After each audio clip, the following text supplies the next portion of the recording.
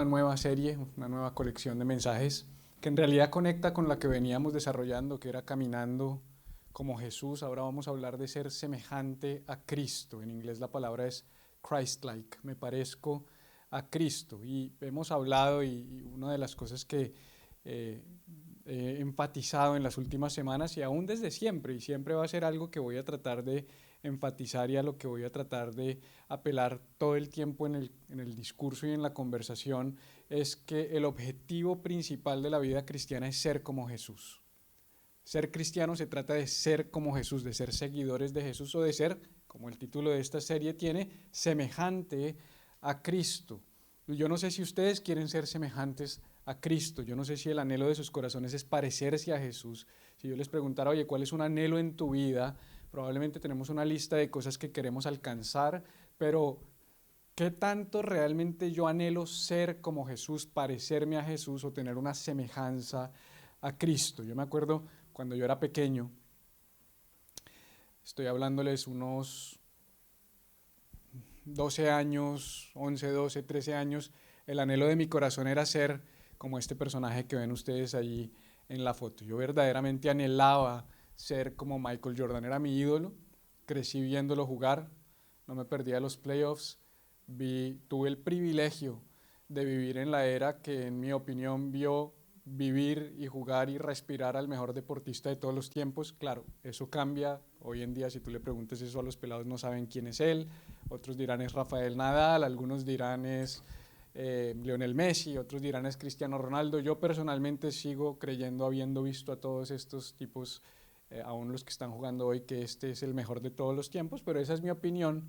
Pero más que admirarlo, más que decir es que es el mejor, es que es impresionante verlo, yo realmente quería ser como él. O sea, algo pasó en mi corazón de niño que yo creía que yo iba a poder ser alguna vez como él. Me quedaron faltando como un pie o dos de estatura, 250 horas de playa y podría llegar a parecerme un poquito más a él, pero bueno, por lo menos hoy tengo los tenis y por eso intencionalmente me los quise poner hoy porque no son los más cómodos del mundo, pero yo creía que si yo me iba a poner esos tenis, literalmente, estas son las cosas de niño, yo creía que cuando yo me pusiera los tenis, que yo tuve yo tuve todos los Jordan que hay, todos los tuve, todos los Jordan, todos los años en mi adolescencia, eh, y, y cuando yo literalmente me los ponía, yo sentía como que me puse los poderes, como que voy a poder ser como él, voy a poder jugar como él, buscaba imitarlo, trataba de lanzar como él, jugaba con la lengua afuera, o sea, todo lo que uno se pueda imaginar para poder parecerme un poquito, ese era mi ídolo, eso es lo que yo quería ser.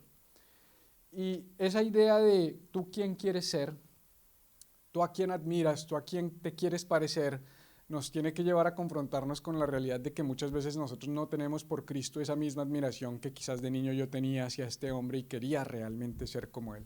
Ser cristiano es mucho más que sentarse a ver el partido de Jesús. Ser cristiano es sentarse y decir, yo quiero ser Jesús, yo quiero parecerme a Jesús.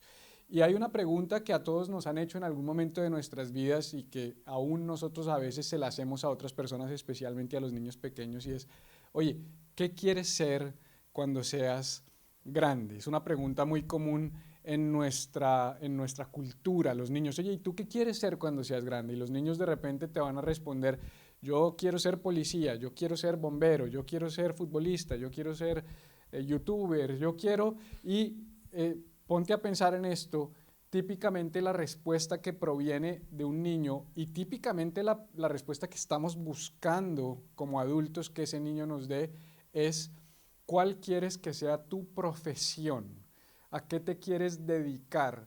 Y esta pregunta, ¿qué quieres ser cuando seas grande? En mi opinión tiene muchos problemas. Uno de ellos que plantea un paradigma incorrecto y es que solo serás cuando alcances algún tipo de estatus o de prestigio profesional. Como quien dice, oye muchacho, hoy no eres nadie, pero ¿quién quieres ser cuando seas productivo? Finalmente vivimos en una cultura que pone a los niños a un lado y pone a los ancianos a un lado. ¿Por qué? Porque no producen. El que no produce en esta cultura no tiene valor. Al anciano lo mandamos a una casa de ancianos y a los niños déjenlos allí, que miren a ver cómo mientras crecen y se vuelven productivos. Y en este país eso sí que es real, donde a cierta edad el niño ya tiene que empezar y decir, hey, tienes que empezar a producir. Y el otro paradigma que es complejo es que dañamos un poco la identidad de las personas, de alguna manera implantándoles que el ser tiene que ver con el hacer y con el tener. Porque típicamente las respuestas que nos encontramos tienen que ver con yo quiero ser millonario, yo quiero ser presidente, yo quiero ser deportista y presidente, millonario, deportista, gerente, empresario, ponle el rótulo que quiera que venga después del yo quiero ser, raya en el piso, típicamente es una respuesta relacionada con hacer o con tener. Y esto puede sonar un poquito cursi y cliché, pero nosotros no somos haceres humanos o teneres humanos, somos seres humanos. El ser, ¿qué quieres ser cuando seas grande? Es una pregunta incorrecta. Oye, ¿en quién te estás convirtiendo? ¿Quién eres hoy? ¿A quién admiras? ¿Quién quieres llegar a ser como persona? Eso es lo que deberíamos plantearle a nuestros hijos, a nuestros nietos. ¿Quién quieres ser? Porque al final del día yo he sido muchas cosas desde la perspectiva del paradigma incorrecto. Yo he sido ejecutivo de multinacionales, he sido empresario, he tenido mi propia empresa, he tenido mucho dinero, he tenido poco dinero, he quebrado, he tenido muchos amigos, pocos amigos. El problema es que cuando tu identidad y tu valor están fundamentados sobre lo que haces o lo que tienes, estás a un paso de quedarte sin identidad. Porque seamos honestos, lo que tenemos y lo que hacemos en minutos, de la noche a la mañana, nos puede ser quitado. No nos gusta pensarlo y esto no es para causar terror, gloria a Dios que Él nos provee, que nos prospera, que nos da, que cuida de nosotros, pero la realidad es que si mi valor, mi identidad como persona está puesta sobre lo que yo poseo, estoy muy vulnerable porque eso puede cambiar de la noche a la mañana. Y si está sobre lo que hago también. Hoy soy empresario, hoy soy líder, hoy soy pastor, hoy tengo esto, pero mañana no sabemos. Pero lo que soy como individuo, mi carácter, lo que se ha formado dentro de mí, la persona que soy, a quien me parezco, eso no me lo quita nadie. Es más, en las dificultades y en las pruebas es donde más cobra valor lo que soy y en quien me estoy convirtiendo. Entonces, ¿quién quieres ser? ¿Quién quieres ser? ¿En quién te quieres convertir? ¿O en quién te estás convirtiendo? ¿Estás contento con la persona que eres? ¿Estás contento con el individuo que eres? Porque usualmente estamos inconformes con lo que tenemos, con lo que no tenemos, con lo que nos falta, con lo que no he alcanzado, con la certificación que no tengo, el curso que no tengo, el título que no tengo, el dinero que no he alcanzado, la casa que no he comprado. Y se nos va la vida preocupados por un montón de cosas que al final son pasajeras, pero lo que tú eres, lo que yo soy, eso no me lo quita nadie. No hay crisis que me quite mi esencia. No hay crisis que me quite mi carácter y no hay crisis que me quite lo que Cristo ha desarrollado en mí y cuánto yo me estoy pareciendo a Jesús. Y yo creo que nada debería ser más importante, iglesia, que parecernos a Jesús y que ser como Jesús. Si alguno debería ser un objetivo primordial en tu año 2025, pienso yo, es yo quiero ser semejante a Cristo, yo quiero parecerme a Cristo. Y ser como Jesús, tengo una frase acá, es o vivir como Jesús, implica reorganizar toda nuestra vida para ser como Él, vivir como Él y hacer las cosas que Él haría. Si yo quiero ser como Jesús, hay que reorganizar, esa es la palabra clave. Y muchas veces no estamos dispuestos a reorganizar. Me cambia la agenda, me cambia el horario, me cambia mi comodidad, me impacta mi comodidad. Me va a tocar levantarme más temprano para empezar a tener esa oración todos los días o ese tiempo devocional todos los días con Freedom y empezar a llenar esa cartilla que está súper larga. Mañana es martes, no la he hecho, Dios mío, ¿qué voy a hacer? Si te toca reorganizar. Te toca reorganizar para hacer como me dijo Juan Gonzalo Pipe, quiero que me reunirme con usted todos los viernes para que me disipule y me enseñe la Biblia. Hagámosle, Juan, yo estoy dispuesto a hacerlo y vamos a empezar esta semana. ¿Por qué? Porque hay un deseo y un anhelo de ser como Jesús. Pero eso le implica reorganizar, porque Él vive a 1 hora de mi casa. Y si está dispuesto a sacar los viernes en la noche, en vez de llegar a la casa a acostarse, y si no sabías, qué pena, después lo arreglan entre ustedes, pero que ya ese cara se me va a ir. Hay que reorganizar. ¿Quieres ser como Jesús? Tienes que reorganizar. ¿Quieres ser como Jesús? Hay freedom, no tengo tiempo. Ok, ¿quieres ser como Jesús? Hay que reorganizar. Hay que sacar tiempo para ser como Jesús. No vas a ser como Jesús de la noche a la... No hay un jabón que te vuelva como Jesús. Me gustaría decirte, mira, compra quiero ser como Jesús, pastor, ¿qué hago? Mira, compra este champú para la barba. No, eso, si tú te quieres parecer a mí, yo te puedo decir dónde compro la Gillette y qué tipo de champú me echo en la barba, a ver si te funciona. Pero Pablo dijo, sean imitadores de mí como yo de Cristo. No estaba hablando de su personalidad, no estaba hablando de su forma, no estaba hablando de su estilo, estaba hablando, imita el carácter de Cristo que hay en mí. Y la única manera de hacer eso es reorganizando. La pregunta, ¿estamos dispuestos a reorganizar? Reorganizar implica sacrificar. Nadie tiene más tiempo aquí que nadie. Yo por eso valoro y amo tanto a las personas que sirven y que dan su tiempo para servir, porque no lo hacen porque sean desocupados, como se les decía el viernes en la reunión que tuvimos con el equipo central de liderazgo. Les decía, no hay nadie aquí que esté desocupado y que esté aquí por vago. Todos tenemos algo que hacer, pero hemos decidido que quiero ser más como Jesús. Por eso el tema de hoy, dentro del marco de la serie, que es ¿cómo? Semejante a Cristo, lo he titulado Hazlo por la razón correcta. Hoy voy a hablar de algo muy importante que son las motivaciones. Le voy a poner hazlo correcto por la razón correcta, pero quiero hablar acerca de hacer las cosas por la razón o por la motivación correcta. No creo que haya nada más importante en el ejercicio de seguir a Cristo que aprender a alinear nuestras motivaciones. Si yo alineo mis motivaciones, después mis acciones van a ser más fáciles de alinear. Pero si yo solo alineo acciones sin motivaciones, eso no es sostenible. ¿Qué pasa cuando alguien empieza a hacer algo y desfallece? Que su motivación al iniciar no era la correcta. A veces abrimos, por decir, vamos a poner un ejemplo, abrimos un discipulado o un grupo de hombres. Y si la motivación de participar es incorrecta, a la mitad del camino, a la mitad de los hombres desisten y no siguen participando. ¿Por qué? Porque la razón por la que empezaron no era la correcta. Si yo tengo la motivación correcta, yo termino lo que empiezo. Si yo tengo la motivación correcta, yo consistentemente puedo continuar haciendo lo que estoy haciendo. Les voy a leer un pasaje y es el pasaje más largo que vamos a leer el día de hoy, así que no se preocupen. Si no ha leído la Biblia esta semana, aquí ya tiene su dosis de Biblia para la semana. Y les voy a pedir que presten mucha atención a cada una de las palabras que vamos a leer. Mateo capítulo 6, versículos 1 al 6, voy a leer de la versión The Message, o sea que la traducción está hecha por mí al español, porque no existe The Message en español, pero me parece muy importante. Dice así: ten mucho cuidado cuando intentes hacer el bien. Mire esto, ten mucho cuidado cuando intentes hacer el bien. O sea, una advertencia, ten cuidado cuando quieras hacer ¿qué? Lo correcto. Ojo, aquí ni siquiera te está diciendo ten cuidado cuando hagas lo incorrecto, no, ten cuidado cuando hagas lo correcto, pero escuche, para no hacer una actuación de ello. Puede que sea un buen teatro, pero el Dios que te creó no te aplaudirá. Cuando hagas algo por otra persona, no llames la atención. Seguro que los has visto en acción, yo los llamo actores de teatro. En otras versiones Jesús dice hipócritas. No sé si sabes que la palabra hipócritas viene de la palabra griega upokrites, que significa un actor de teatro, alguien que está haciendo una actuación.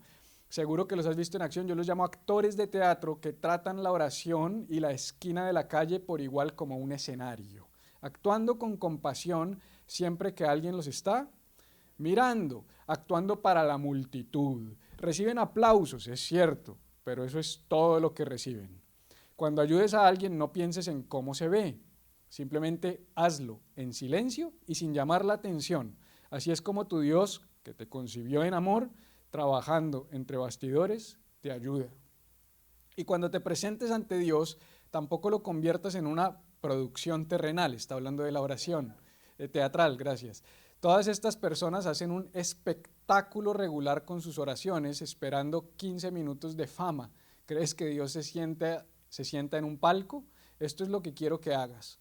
Encuentra un lugar tranquilo y apartado para que no te sientas tentado a actuar ante Dios. Simplemente busca estar allí de manera más simple y honesta que puedas. El enfoque pasará de ti a Dios y comenzarás a sentir su gracia. Esa última parte es la misma que en otras versiones probablemente han escuchado, dice, busca a tu Padre en lo secreto y tu Padre que está en lo secreto te recompensará en lo público. Me gusta más esta versión porque dice, enfócate en tú y Dios. Enfócate en tu relación con Dios. El problema de busca al Padre en lo secreto porque Él te recompensará en público es que terminamos buscando a Dios por la recompensa pública. Y ese es el problema de las motivaciones. Lo que yo veo en todo este texto que acabo de leer es que tan importante o más importante que hacer lo correcto es la motivación con la que lo hago. No puedo decir que es mejor hacer lo incorrecto que hacer lo correcto con malas motivaciones, pero casi tan importante como el qué estás haciendo para Dios es por qué lo estás haciendo. Es como si Jesús de alguna manera como sus seguidores nos estuviera invitando no solamente a seguir reglas, sino a tener un corazón correcto hacia lo que hacemos. Porque lo que hacemos es importante, pero por qué lo hacemos, creería yo, es más importante. Te voy a dar algunos ejemplos que anoté aquí de hacer lo correcto con la motivación incorrecta. Por ejemplo, ayudar a los pobres para tener mi clip de redes sociales. A mí personalmente me desagrada un poquito cuando veo a las personas en general promocionando en sus redes sociales la ayuda que le dan a los pobres. Porque se supone que cuando uno ayuda a alguien tiene que dignificar lo que yo quiero es dignificar a esa persona, no hacer de ella un espectáculo público para quedar como un buen samaritano, como quedar como un buen cristiano. Tengo un choque con eso. Me choca cuando veo cristianos, iglesias, organizaciones, personas ayudando y promocionando su ayuda. Y lo podemos enmascarar de mil maneras y justificar de mil maneras, pero al final la instrucción es clara. Cuando hagas algo con tu mano derecha, no lo sepa tu mano izquierda. Cuando ayudes a alguien, no andes promoviéndolo o publicando. ¿Cuál es la motivación de eso? Me pregunto si le quitáramos el internet, si todavía lo haría. Me pregunto si le quitáramos la posibilidad de mostrarlo, si todavía lo haría. Trabajé muchos años en el área de publicidad y de relaciones públicas de una multinacional en Colombia y llegó un momento donde me hastié de ver tanta responsabilidad social empresarial buscando solamente un beneficio de free press o de prensa gratuita o de goodwill o sencillamente quizás de deducciones de impuestos tributarias. Organizaciones que hacen donaciones gigantes, pero lo único que les interesa es reducir impuestos, lo único que les interesa es tener un pedacito de prensa gratuita para que salga y diga tal organización, tal corporación, mire, ayudó en este desastre, ayudó en este terremoto. Muchas veces no les importa lo que está pasando con la gente. Muchas veces su motivación para dar es solamente yo qué puedo obtener a cambio, cuál es mi ganancia, cuál es mi beneficio. Es una decisión financiera, es una decisión contable y enmascaramos buenas acciones en ganancia personal. Hago buenas obras, pero en últimas lo único que me interesa es quedar bien. O, sin ir más lejos, dar dinero en la iglesia. Podría ser que lo doy porque estoy esperando recibir más a cambio. Es como que doy dinero en la iglesia para ver si Dios me da más dinero. ¿Sabes cuál es el problema de eso? Aunque la Biblia sí dice que hay una recompensa de todas nuestras acciones, el problema es que si tú das dinero para recibir más dinero, cuando no recibas más dinero vas a dejar de dar, porque tu motivación no era dar, era ¿qué? Recibir. Y lo veo todo el tiempo. La persona que empieza a dar y de repente se queda sin trabajo y deja de dar y se va de la iglesia con amargura. ¿Pero por qué? Porque es que no ve que di y me pasó esto. O sea que dabas era para recibir algo más. No, yo te puedo enseñar 5 o 6 maneras de invertir tu dinero que probablemente te dan un poco más de garantía que jugar a la lotería con las finanzas del Señor. No funciona de esa manera.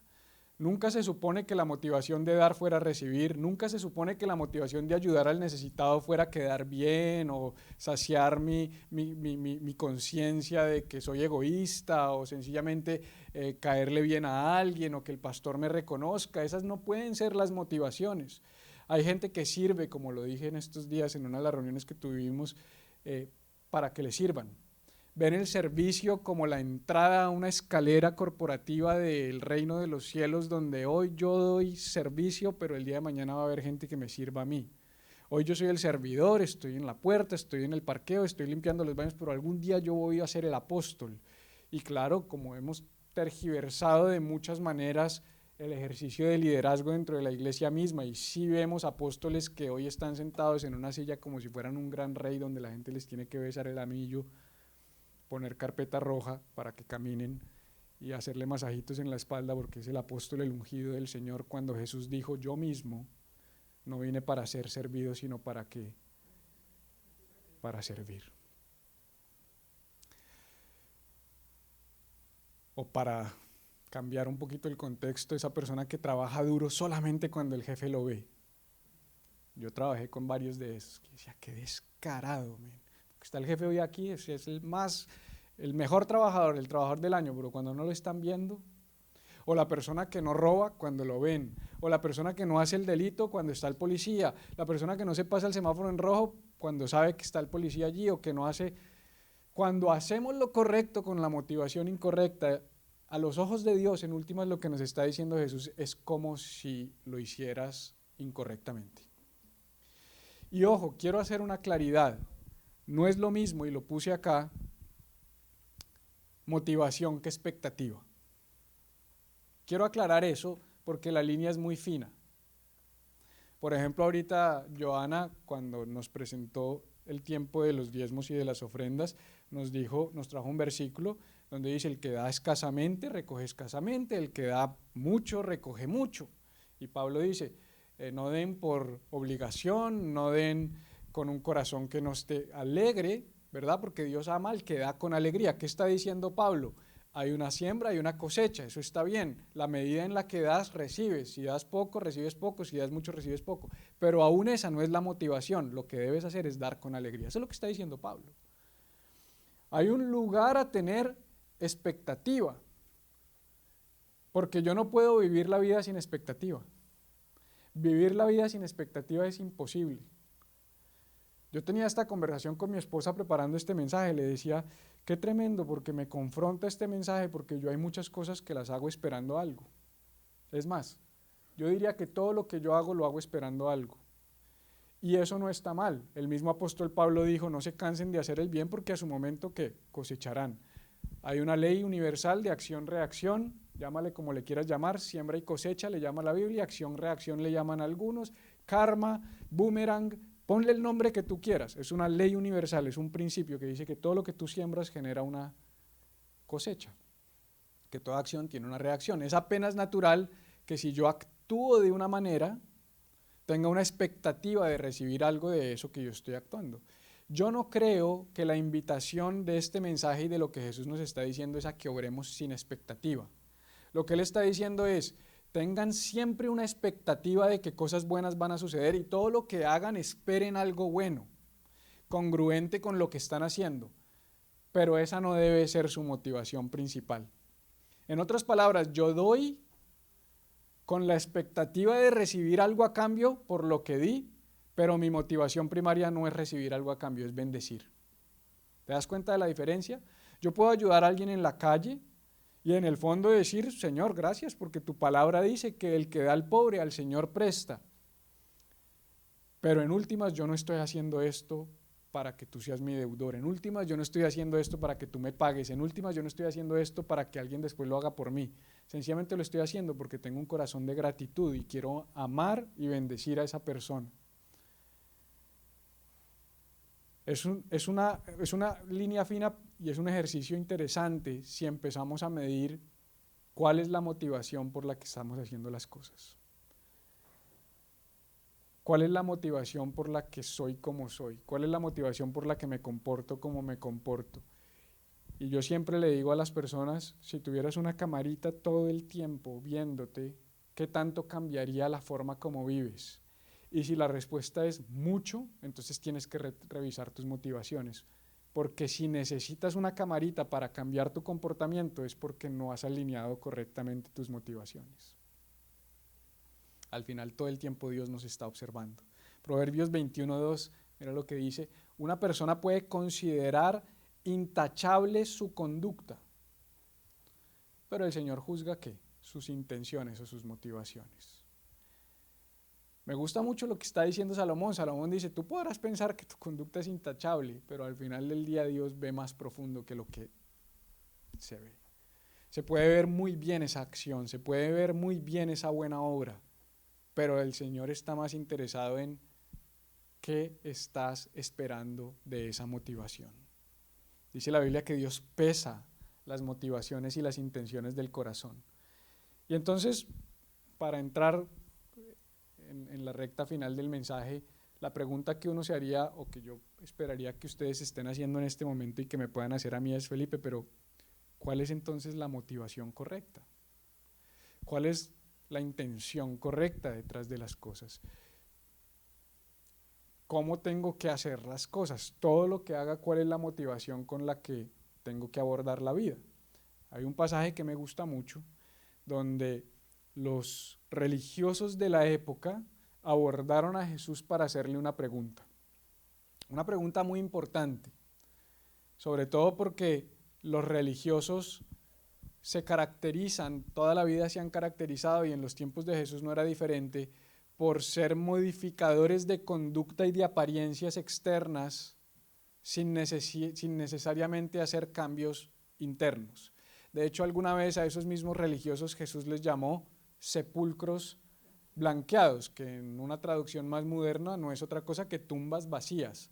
Lo que él dijo, ustedes son tumbas vacías, son un sepulcro que está en blanco.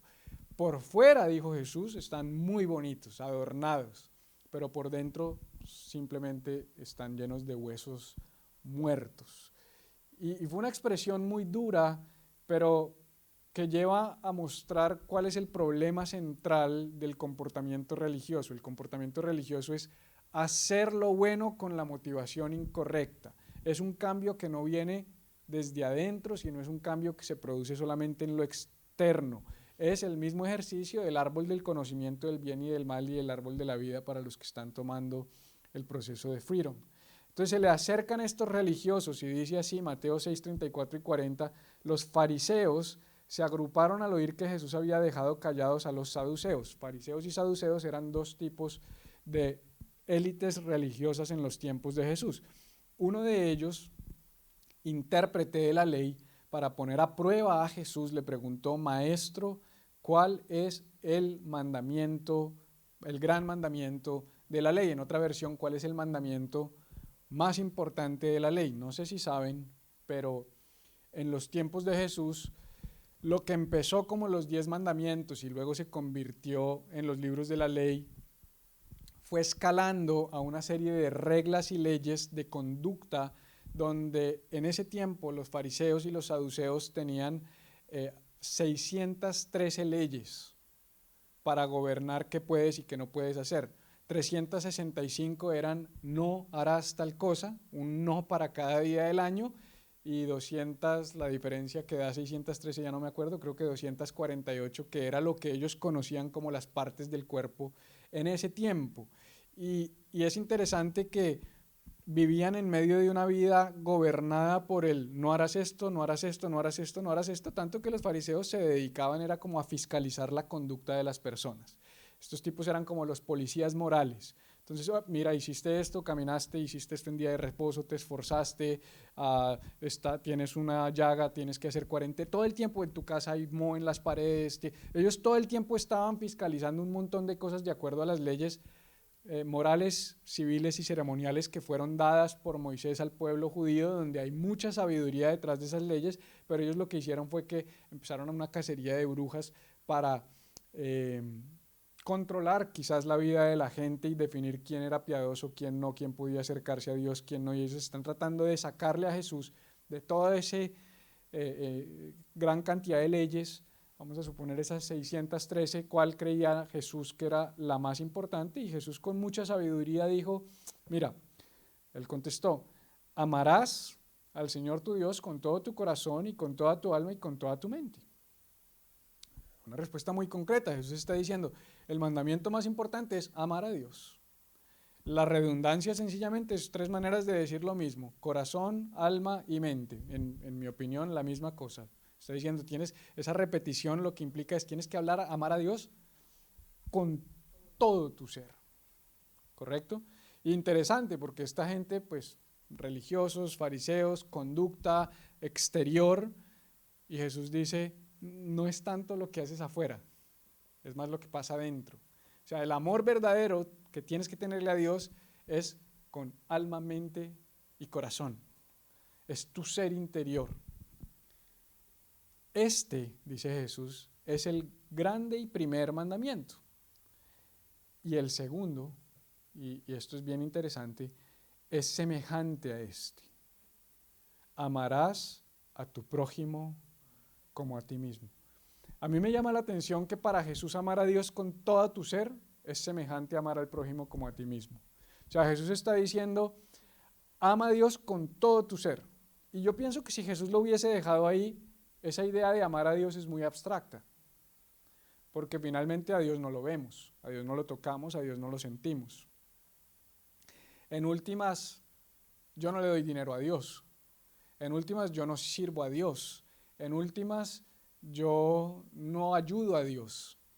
Dios no necesita mi dinero, Dios no necesita mi ayuda, Dios no necesita mi servicio, Dios no necesita mis buenas obras, Dios no necesita mi amor ni siquiera. Él no es un narcisista que está esperando ser adorado. Nosotros somos los que necesitamos darle adoración.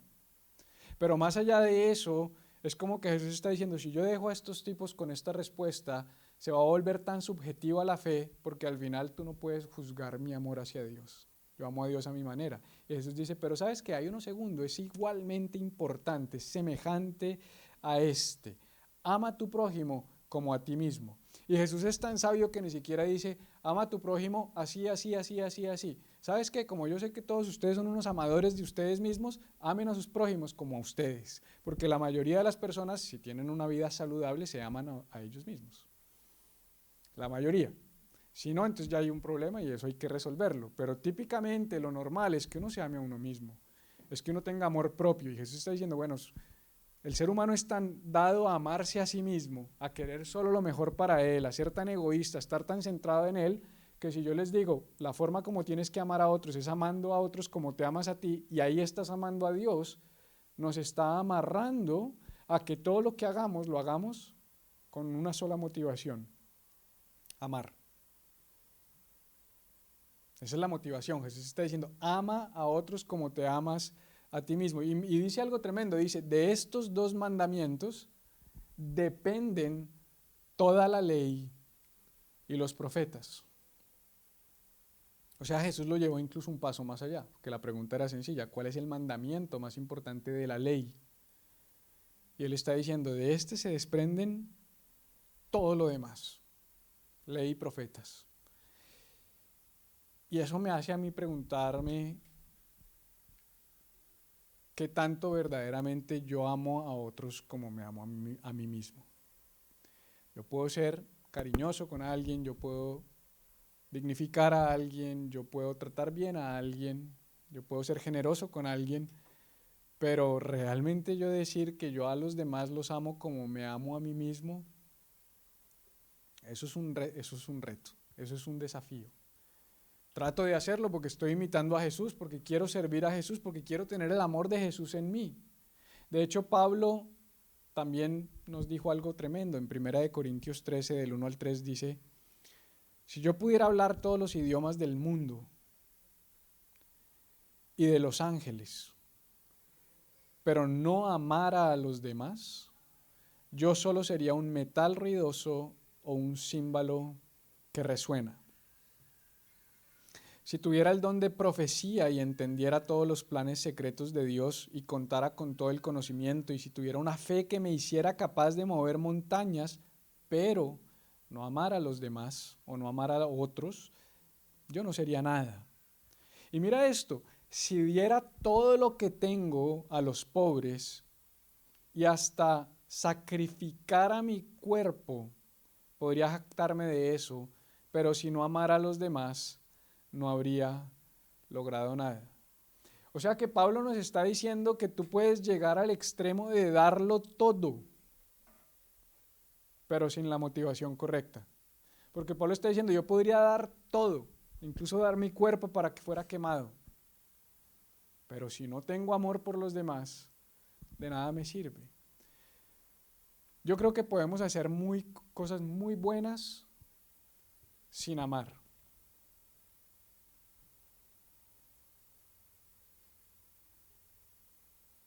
Y creo que siempre que amemos, vamos a hacer cosas buenas. Entonces piensa en eso por un instante. Si yo puedo hacer muchas cosas buenas sin amor, pero no puedo amar sin hacer cosas buenas, mi enfoque no tiene que ser en hacer cosas buenas, sino tiene que ser en amar. Si yo me enfoco en amar, naturalmente el resultado del deseo correcto de amar va a ser hacer cosas buenas.